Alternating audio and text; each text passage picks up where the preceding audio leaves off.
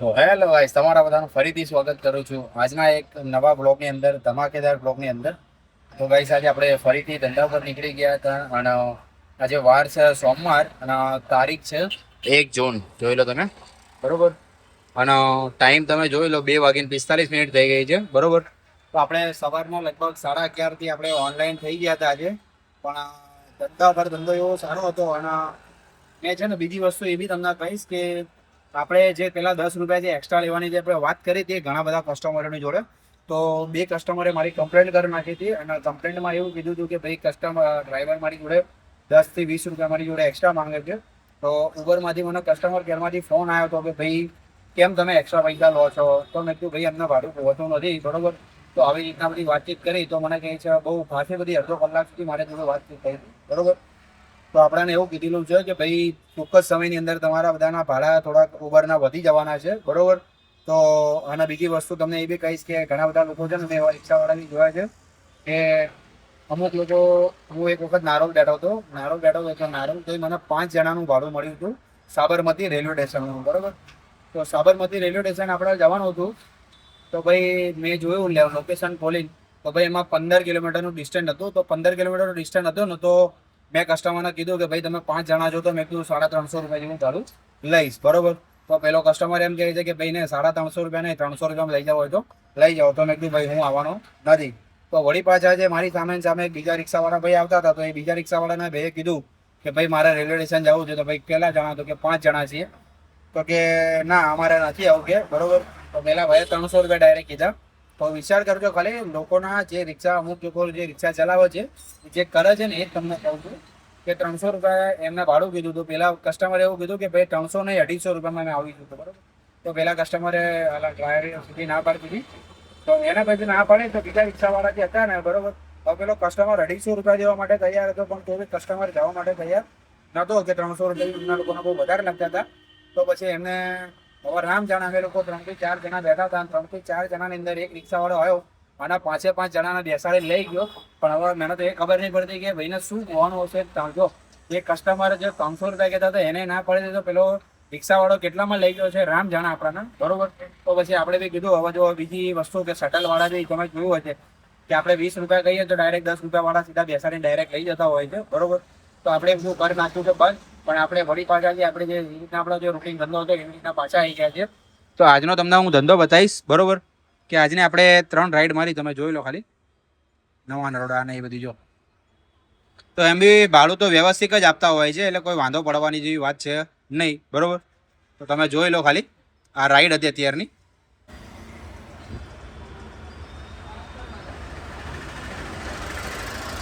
તો આ આજની પહેલી જ રાઈડ હતી આપણી, બરોબર. જો તમને બતાવી દઉં છું, જો ગોતા. અત્યારે આ તો કેન્સલ કરીએ છીએ પહેલાં આપણે, બરોબર. તો સૌથી પહેલાં જે આપણે જે રાઈડ ઉપાડી હતી એ કંઈક આ રાઈડ હતી 85 રૂપિયાની. જોઈ લો ખાલી, આ 85 રૂપિયાની રાઈડ હતી અને 12:12 આપણને મળી હતી અડધો કલાક પછી, બરોબર. અને એમનું ડિસ્ટન્સ કેટલું હતું? કંઈક 5.5 કિલોમીટર જેટલું એમનું ડિસ્ટન્સ હતું, બરોબર. અને એમને છે ને એકચ્યુઅલી જો આ તમને જો માટીના બધા દેખાય ઝાડવાના, બરોબર. તો એમને છે ને જે આપણે પાણી આપણા ફૂલના આપણા ઝાડનું નહીં આવતું છોડવા, એ બધું લઈ જવાનું હતું. તો કસ્ટમરને આપણને પહેલાંથી જ કહી દીધું તો ભાઈ તમારી જોડેથી હું એક્સ્ટ્રા પૈસા લઈશ, બરોબર.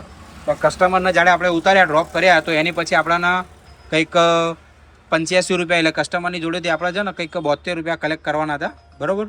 તો આપણે એમની જોડેથી 72 રૂપિયા કલેક્ટ કરી લીધા હતા અને પાર્સલના કંઈક આપણે 80 રૂપિયા લઈ લીધા હતા, બરોબર.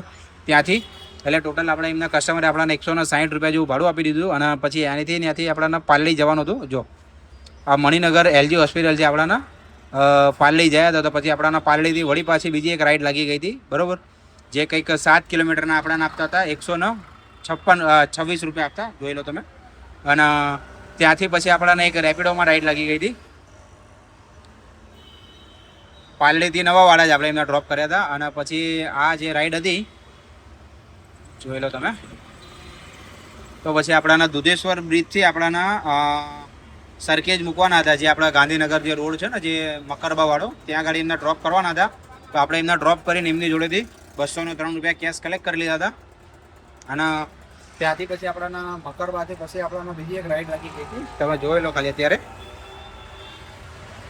આ રહ્યું કંઈક 199 રૂપિયાની રાઈડ હતી અને 16 રૂપિયા પ્લસ બીજા કરીને આવ્યા હતા.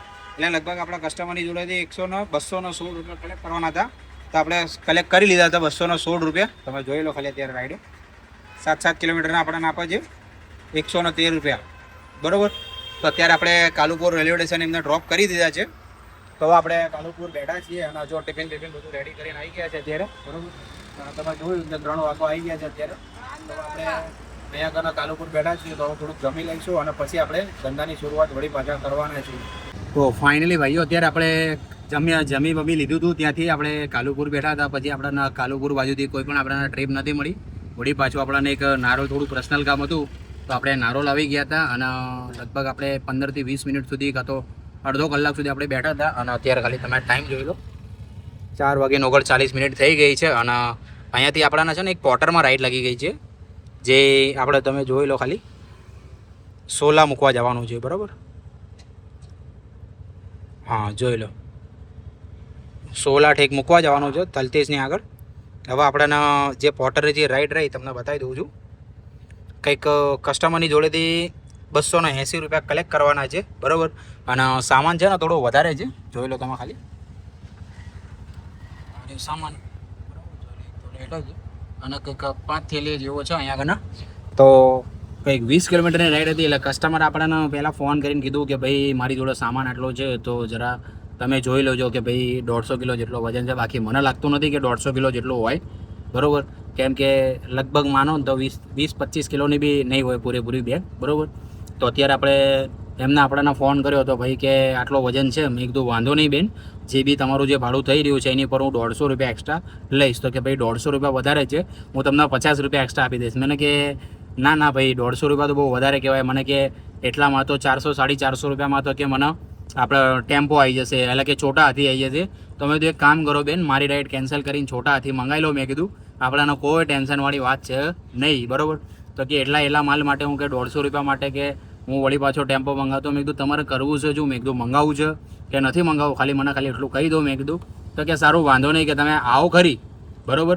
અને સામાન ભરી દો અને સામાન ભરીને વળી પાછું હું તમને 150 રૂપિયા તમને એક્સ્ટ્રા આપી, પણ કે ત્યાં ગાડી જઈને તમારો ઉતારવો પડશે. મેં કીધું બેન એ વસ્તુ નહીં થાય. મેં કીધું તમે એક કામ કરો, રાઈડ કેન્સલ કરી નાખો, હું લઈ જવાનો છું નહીં. કેમ કે ઓલરેડી મને કમરની તકલીફ છે એટલે આપણે પહેલાંથી જ ના પાડી દીધી. જોઈ તો ખાલી તમે રામદેવનગરની એ બાજુની જ રાઈડ છે લગભગ.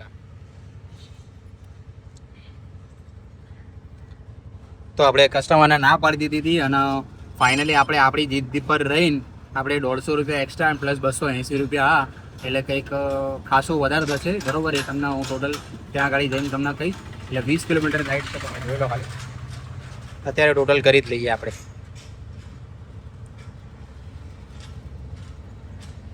280 પ્લસ 150, 280 પ્લસ 150 એટલે 430 રૂપિયા થાય છે આપણા, બરાબર. તો કસ્ટમરને આપણે ફોન કરીને કહી દઈશું કે ભાઈ રાઈડ આપણે કમ્પ્લીટ થઈ ગઈ છે. પછી આપણે તમે જોયું ને કે અત્યારે આપણી જીદ ઉપર રહીશું તો જ આપણને રાઈડ વ્યવસ્થિત મળશે, બાકી તો મળવાની છે નહીં, બરાબર. તો અત્યારે આપણે નારોલ બેઠા છીએ. તો નારોલથી આપણે નીકળી રહ્યા છીએ. સામાન ઉપર લઈ લીધો છે બધો અને સીધા મળી આવો સોલા. તો ફાઇનલી ભાઈઓ અત્યારે આપણે જે સાયન્સ સિટી હતા, જે સોલા મેં તમને કીધું, આપણે સાયન્સ સિટી આપણે એમને ડ્રોપ કરી દીધું હતું સામાન એમનું. અને પછી એની પછી એવું હતું કે થોડુંક એમને કે ભોયરામાં લઈ લો, તો એમની જોડેથી બીજા 20 રૂપિયા એક્સ્ટ્રા લઈ લીધા હતા આપણે. અને કંઈક 2 કે 5 મિનિટ જ આપણે રાહ જોઈ હતી અને ત્યાંથી વળી પછી આપણને એક રેપિડોમાં રાઈડ લાગી ગઈ હતી જે નિકોલની હતી. તમે જોઈ લો ખાલી 30 કિલોમીટરના, બરાબર.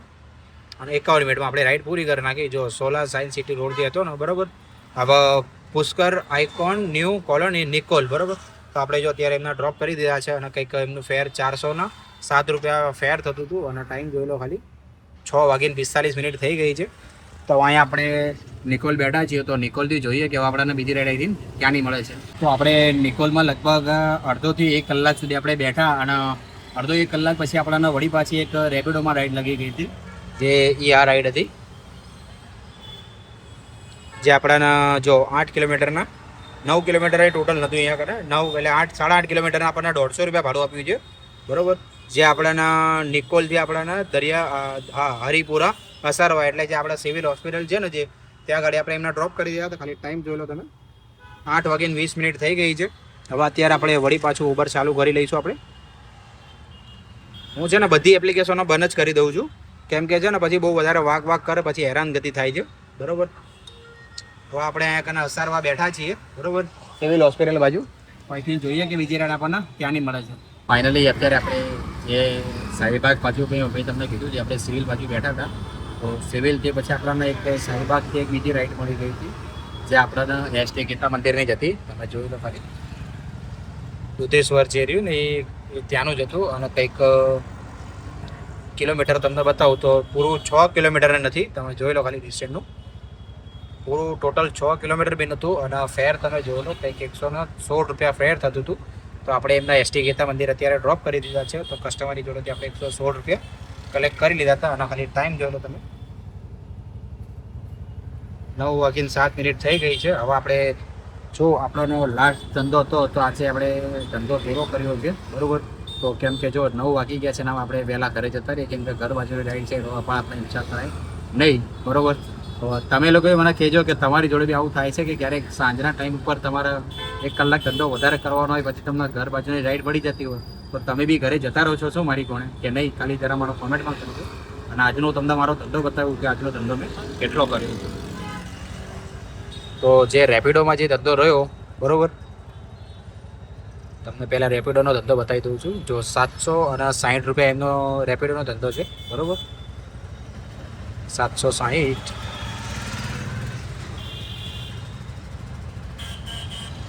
અને ઉબરની અંદર જે કર્યો કંઈક 526 રૂપિયા, એટલે 760 પ્લસ 526 રૂપિયા. હા, 526 રૂપિયા એ. અને બીજા 80 રૂપિયા આપણે બીજા એક્સ્ટ્રા લીધા હતા ઉબરની અંદરથી. બરાબર. અને કંઈક આપણે પોર્ટરની અંદર, હા પોર્ટરની અંદર કંઈક 280 રૂપિયાની એ હતી. અને પ્લસ 150 રૂપિયા બીજા હતા. બરાબર. અને એની પછી 20 રૂપિયા બીજા એક્સ્ટ્રા લઈ લીધા હતા. બરાબર. અને કંઈક 20 રૂપિયા જેવું આપણે શટલ ભરી લીધું હતું. બરાબર. તો કંઈક આજની ઇન્કમ જે રહી એ કંઈક 1836 રૂપિયાની ઇન્કમ છે. બરાબર. તો તમે જોયું કે બપોરે 12 વાગ્યાથી માંડી રાત્રે 9 વાગ્યા સુધીની આજની ઇન્કમ કેવી થઈ છે. બરાબર. તો 1836 રૂપિયાનો આજે આપણે ધંધો કર્યો છે. તો વિડીયો કેવો લાગ્યો જરા મને કોમેન્ટમાં જણાવજો. તો ચલો મળીએ હવે નવા બ્લોગની અંદર. જય માતાજી, જય શ્રી કૃષ્ણ, રાધે રાધે.